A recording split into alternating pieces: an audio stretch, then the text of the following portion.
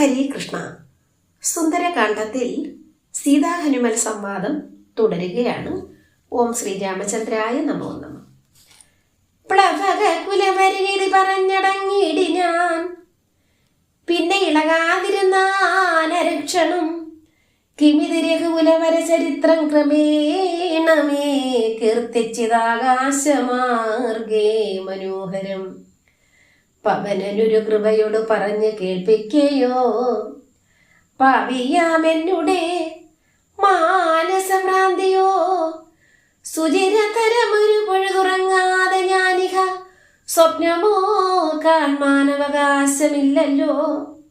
സരസതരപതി ചരിതമാശു കർണാമൃതം സത്യമായി വന്നിതാവൂ മമ ദൈവമേ. ഈ മരക്കൊമ്പിലിരുന്നു വാനരശ്രേഷ്ഠൻ ശ്രീരാമന്റെ ചരിതം പറയുമ്പോൾ സീതാദേവി കേട്ടുകൊണ്ട് ഇത് സ്വപ്നമാണോ എന്ന് സീതാദേവി ചിന്തിക്കുകയാണ്. ഇത്രയും പറഞ്ഞ വാനരശ്രേഷ്ഠൻ പിന്നെ കുറച്ചു നേരം അനങ്ങാതിരുന്നു. രഘുകുല ചരിത്രം ആകാശമാർഗേണ കേട്ട സീത അമ്പരന്നു പോയി. ആരാണിങ്ങനെ മനോഹരമായി ശ്രീരാമചരിതം പറഞ്ഞു നടക്കുന്നത്? വായുദേവൻ എന്നോട് കരുണ തോന്നി പറഞ്ഞതാണോ, അതോ എൻ്റെ മനസ്സിന്റെ വിഭ്രാന്തിയാണോ? വളരെ നാളായി ഉറങ്ങാത്ത ഞാൻ സ്വപ്നം കാണുകയല്ലോ. ചെവികൾക്ക് അമൃതമായിട്ടുള്ള ഭർത്തുചരിതം സത്യമായി തീർന്നെങ്കിൽ ദൈവമേ എന്ന് സീതാദേവി ആശിച്ചു. ഒരു പുരുഷനിതു മമ പറഞ്ഞുവെന്നാകിൽ അത്യുത്തമൻ മുമ്പിൽ മേ കാണായി വരണമേ.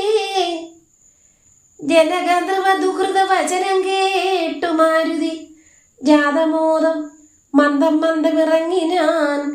വിനയമൊടും അവനിമകൾ ചരണനളിനാന്തിയെ വീണു നമസ്കരിച്ചാൻ ഭക്തിപൂർവകം.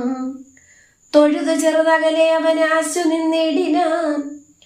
തുഷ്ട്യാകനപിംഗതുല്യ ശരീരനായി ഇവിടെ നിശചരപതി വലിയ മുഖവേഷമായി എന്നെ മോഹിപ്പിപ്പതിന് വരികയോ. ഒരു പുരുഷനാണിത് പറഞ്ഞതെങ്കിൽ അവൻ അത്യുത്തമൻ തന്നെ. ദയവായി എന്റെ മുൻപിൽ വന്നാലും. സീതാവചനം കേട്ട മാരുതി മന്ദം മന്ദം മരത്തിൽ നിന്നിറങ്ങി വളരെ വിനയത്തോട് സീതാദേവിയുടെ പാദങ്ങളിൽ നമസ്കരിച്ചു. അതിനുശേഷം തൊഴുതുകൊണ്ട് ഊർക്കുരുക്കിൽ പക്ഷിക്ക് തുല്യം കൃശശരീരനായ അവൻ അല്പമകലെ മാറി നിന്നു. ഹനുമാനെ കണ്ട സീതാദേവി